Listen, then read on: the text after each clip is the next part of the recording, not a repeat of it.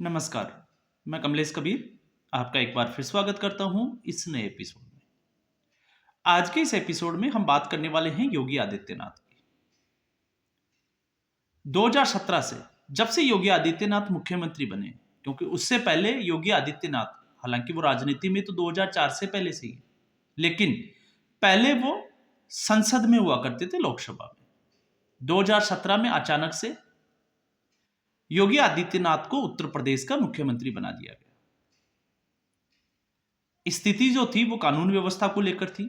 कानून व्यवस्था के लिए योगी आदित्यनाथ ने काम किया और उसके बाद में एक फायर ब्रांड नेता के रूप में उभरकर सामने आए भारतीय जनता पार्टी की तरफ से। लेकिन 2020 और 2022 धीरे धीरे योगी आदित्यनाथ ने यह रफ्तार जो है वो हिंदुत्व की तरफ, कि हिंदुत्व का बड़ा नेता कौन। तो आज भी अगर जहां चुनाव होते हैं तो स्थानीय नेताओं की पहली पसंद जो है भारतीय जनता पार्टी में, वो नरेंद्र मोदी से भी ज्यादा योगी आदित्यनाथ की होती है। अब ऐसी स्थिति में जब हम बात कर रहे हैं हिंदुत्व की फायर ब्रांड नेता की, तो इसका सबसे ताजा उदाहरण है संभल का। योगी आदित्यनाथ ने जिस तरीके से उत्तर प्रदेश को तो संभाला ही, लेकिन जब हम बात संभल की करते हैं तो संभल में कोर्ट के, चंदोसी जो कोर्ट है वहां के एक फैसले से सर्वे की इजाजत दी गई 19 नवंबर, और फिर टीम वापस पहुंची 24 नवंबर को। कोर्ट कमिश्नर तक नियुक्त किए गए। और पहले की जो पूर्णकालिक जो घटनाएं थी, फिर चाहे वो मुख्तार अंसारी से जुड़ी हुई हो, आजम खान से जुड़ी हुई हो, या अतीक अहमद से जुड़ी हुई हो, चाहे वो समाजवादी पार्टी हो या समुदाय विशेष से आने वाले लोगों को, उन्होंने उससे सबक नहीं लेते हुए एक बार फिर संभल में वही करने की कोशिश की जो वो पहले से करते आ रहे थे। और उनको लगा कि शायद इस बहाने जो है वो झुका दिया जाएगा। सर्वे सिर्फ और सिर्फ जामा मस्जिद का होना था, और वो भी एएसआई का प्रोटेक्ट मॉन्यूमेंट, लेकिन सर्वे नहीं होने दिया गया। 24 नवंबर को पूरे देश ने देखा जिस तरीके से वहां पर एक भीड़ आती है, पत्थरबाजी होती है, पुलिस के ऊपर जो है वो पत्थर फेंके जाते हैं, गाड़ियां जला दी जाती है, और पाकिस्तान फैक्ट्री में जो बने हुए कारतूस है वो तक दागे जाते हैं, और 5 लोगों की हत्याएं तक हो जाती है। और फिर उसके ऊपर संसद में जिस तरीके से एक क्रेडिट लेने की होड़ चलती है कि मुसलमानों का बड़ा नेता और मसीहा कौन, तो वो उस रेस में कांग्रेस पार्टी, फिर समाजवादी पार्टी, और फिर आजकल वो चंद्रशेखर आजाद रावण जो भी है, ये लोग जो है वो इसमें कूद पड़ते हैं। तो मामला इतना सा था कि एएसआई ने सर्वे करना था, लेकिन फिर बड़ा प्रश्न चिन्ह ये हो जाता है कि जिस तरीके से योगी राज में ये किया गया, तो क्या योगी को रोक पाए। आप देखिए, उस घटना के बाद योगी का प्रशासन एक भी दिन नहीं रुका और पूरे संभल को खोद डाला। और उसके बाद में जिस तरीके से 1978 के दंगों से बंद हुआ एक मंदिर, उसके जो है वो कपाट खोले गए, पट खोले गए, पूजा स्टार्ट की गई, और जो सांसद अपना दम भरता था, बर्क, जियाउर रहमान बर्क, उसके घर की और आसपास के इलाकों में जहां से मस्जिद से बिजली चोरी की जाती, उनके तार तक काटे गए। और फिर उसके बाद में चाहे पंचतीर्थ की बात करें, चाहे 19 कूप की बात करें, वो तमाम तरह की चीजें और बावड़ी, प्रशासन खुदाई करता चला गया, वो निकलते चले गए, और साक्ष्य और सबूत जो है वो सामने आते चले गए। अब इससे सबक नहीं लेते हुए वक्फ बोर्ड का जो जिन है वो लगातार बाहर आता है। और बाहर कैसे आता है? अब जो है प्रयागराज के किसी स्थानीय नेता साहबुद्दीन रिजवी, मियां मौलवी, उन्होंने दावा किया कि जिस भूमि के ऊपर कुंभ का मेला चल रहा है वो वक्फ की प्रॉपर्टी है। और जब उनसे पूछा गया कि इसके क्या सबूत है, तो सबूत नहीं है, क्योंकि स्थानीय निवासी एक सरताज ने आगे ये बोला कि उनके बाप दादाओं ने इसको वक्फ को डोनेट कर दी थी। सीए और एनआरसी के वक्त कागज नहीं दिखाएंगे, इस तरीके की चीजें तो हमने देखी। लेकिन अब बात आती है वक्फ बोर्ड के जिन की। तो आप सोच के देखिए, जिस नदी के किनारे गंगा नदी के किनारे, जहां संगम पर, जहां तट पर ये कुंभ का मेला लग रहा है, और आज से नहीं, जिसका प्रमाण जो है वो हजारों साल पहले से है। आदि शंकराचार्य ने स्टार्ट किया या उससे पहले कुंभ स्टार्ट हुआ। आज भी जो है वो उस बात का कई जगह पे जो है वो अलग अलग तरीके से उल्लेख किया जाता है। लेकिन सबसे बड़ी बात यह है कि गंगा नदी का जो उल्लेख मिलता है वो वेदों में और पुराणों में। और जब वेदों और पुराणों में उस नदी का जो है वो उल्लेख मिलता है, तो उस नदी का जो संगम है, तट है, वो वक्फ बोर्ड की प्रॉपर्टी कैसे हुआ? ये एक अपने आप में जो है वो बड़ा सवाल है। मान लेते हैं इस्लामीकरण, इस्लाम जब आया इस धरती के ऊपर, जिस मोहम्मद पैगंबर की वजह से ये सारी चीजें जो है वो बताई जाती है कि उनके वो आए, हिंदुस्तान की धरती पे आए, जो भी मर्जी है कह ले, तो उससे पहले से गंगा नदी है, तो आप उसके इतिहास को किस तरीके से जुटलाओगे? और फिर दर्द को अगर हम समझते हैं तो दर्द ये नहीं है, दर्द ये है जब ये लोग ये कहते हैं कि मुसलमानों के, आप देखिए कि उन्होंने इसको दावा नहीं किया, वो साधु संतों को आने दे रहे हैं, रहने दे रहे हैं, वो तमाम तरह की बातें। तो फिर मामला क्या है? तो मामला सिर्फ इतना सा है कि मुस्लिम कम्युनिटी के लोग ये चाहते हैं कि उस कुंभ के मेले में प्रशासन उनको अनुमति दे, ताकि मुस्लिम कम्युनिटी के लोग वहां पर जाके अपनी दुकानें सजाएं। अब सवाल ये होता है कि जिस सनातन संस्कृति को, जिनको काफिरों को मारने से ये बोलते हैं कि बेहतर हूरें मिलती है, जन्नत मिलती है, तो क्या इस्लाम इस बात को कबूल करता है कि जहां सनातन धर्म का कोई धार्मिक आयोजन होता है, वहां पर मुसलमान इस तरीके की कोई कार्यविधि या गतिविधि कर सकता है क्या?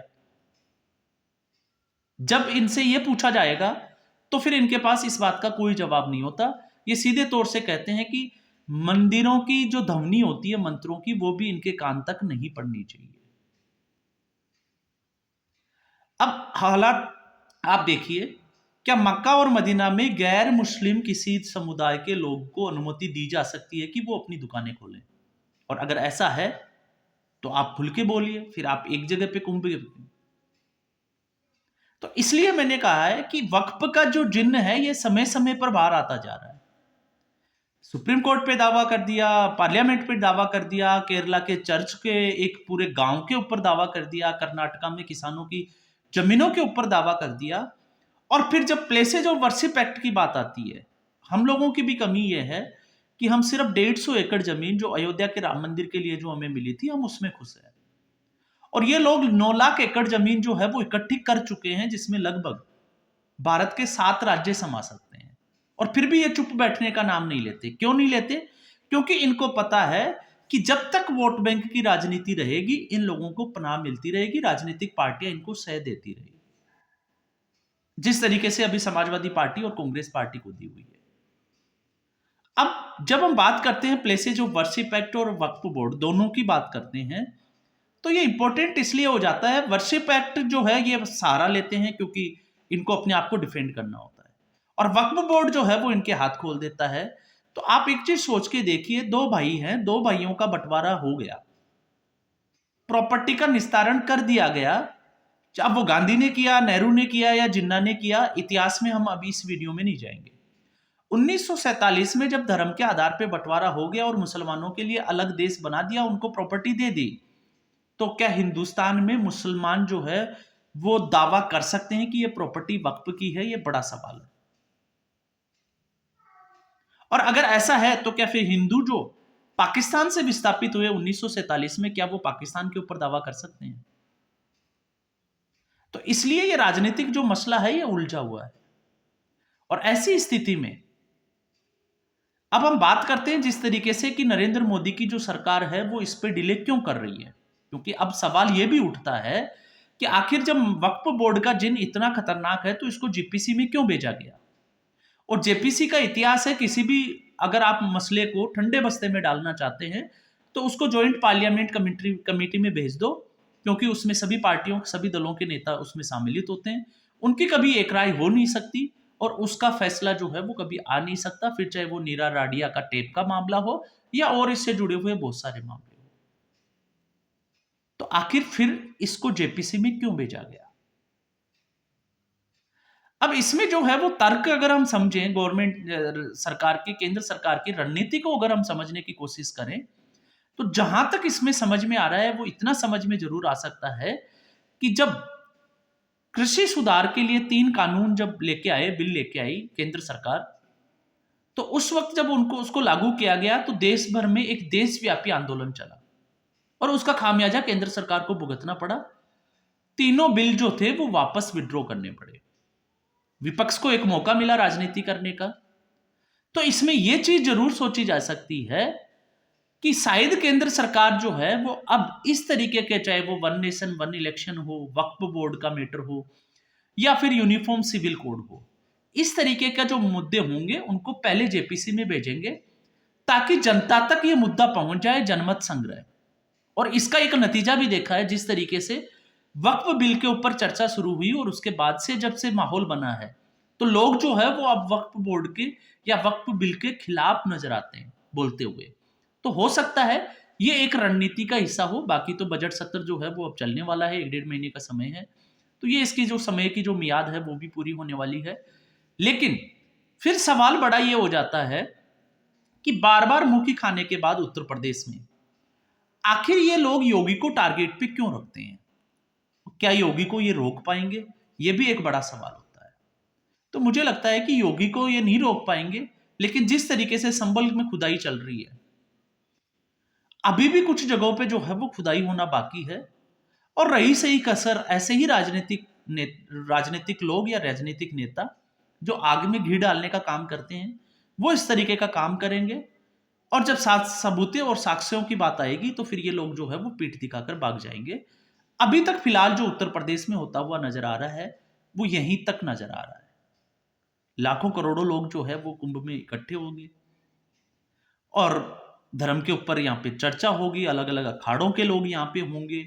और योगी आदित्यनाथ तो वैसे भी नाथ संप्रदाय से आते हैं, तो ऐसी स्थिति में क्या ये उस समुदाय विशेष के लिए सबसे सही समय है जब वो योगी आदित्यनाथ को आंख दिखाते हैं, या फिर ये सिर्फ और सिर्फ जो है वो दिया बुझने से पहले फड़फड़ाने का काम करता है?